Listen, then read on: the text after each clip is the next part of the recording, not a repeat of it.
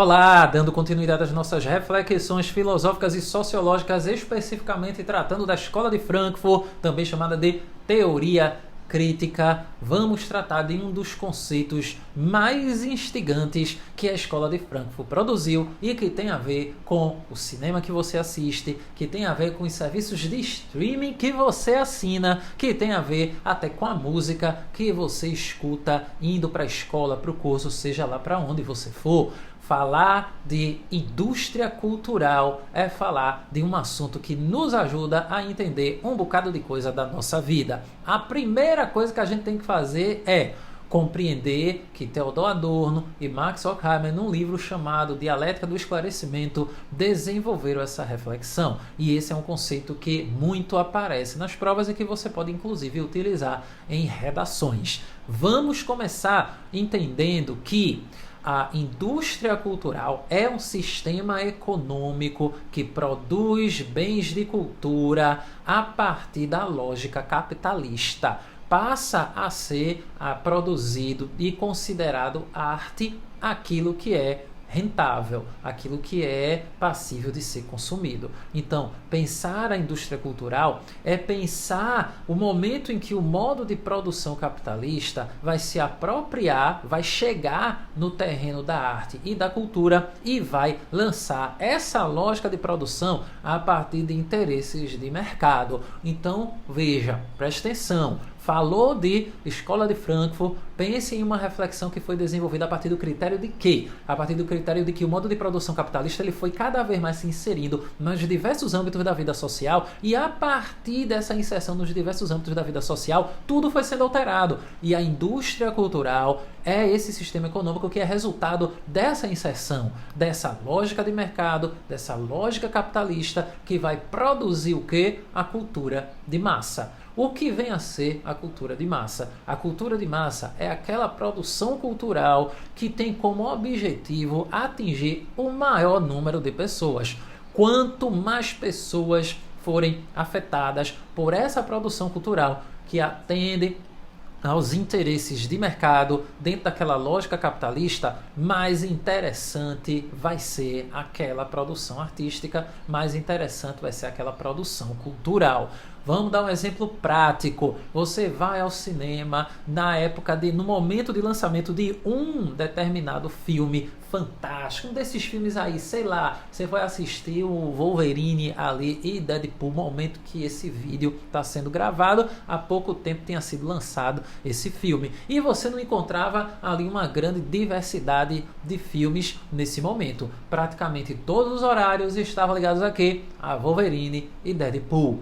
Isso quer dizer o quê? Isso quer dizer que houve um processo de massificação dessa produção cinematográfica que tomou conta de praticamente todas as salas de cinema, levando a uma uniformização do interesse, a uma uniformização, inclusive, do gosto.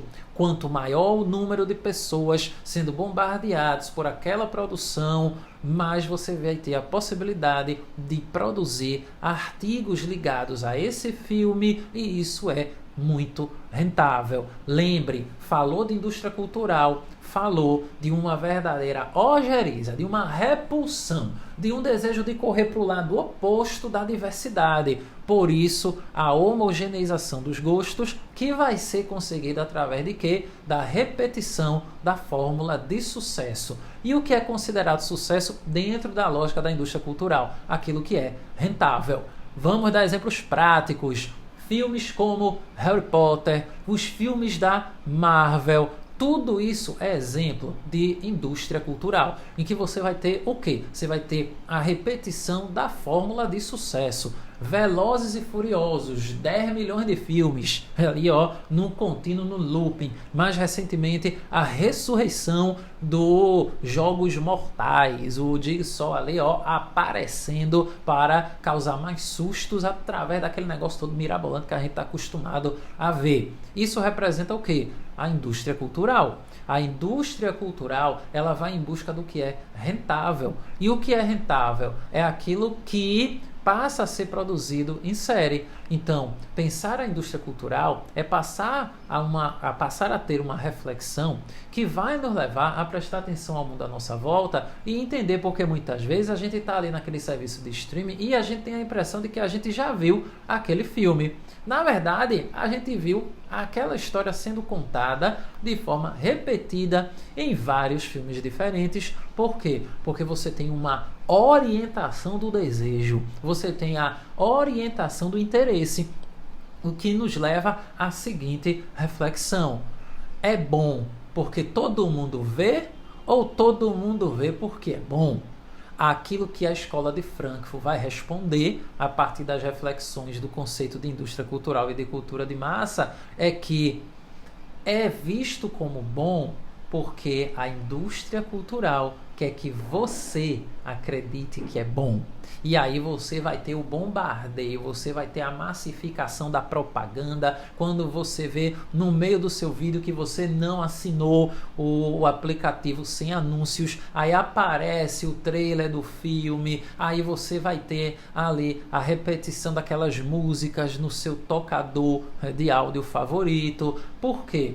Porque se busca a monetização de todos esses serviços ligados à arte, o que contribui ou que contribuiu também de uma outra, e essa é uma outra reflexão aí. Por quê? Porque a Escola de Frankfurt ela vai dizer que é só alienação que a indústria cultural promove. Tem uma galera de uma outra orientação culturalista que vai dizer que tá, vocês estão dizendo que aliena, mas o que eu quero dizer aqui é que graças a essa massificação, por exemplo, um monte de gente sabe identificar a Mona Lisa.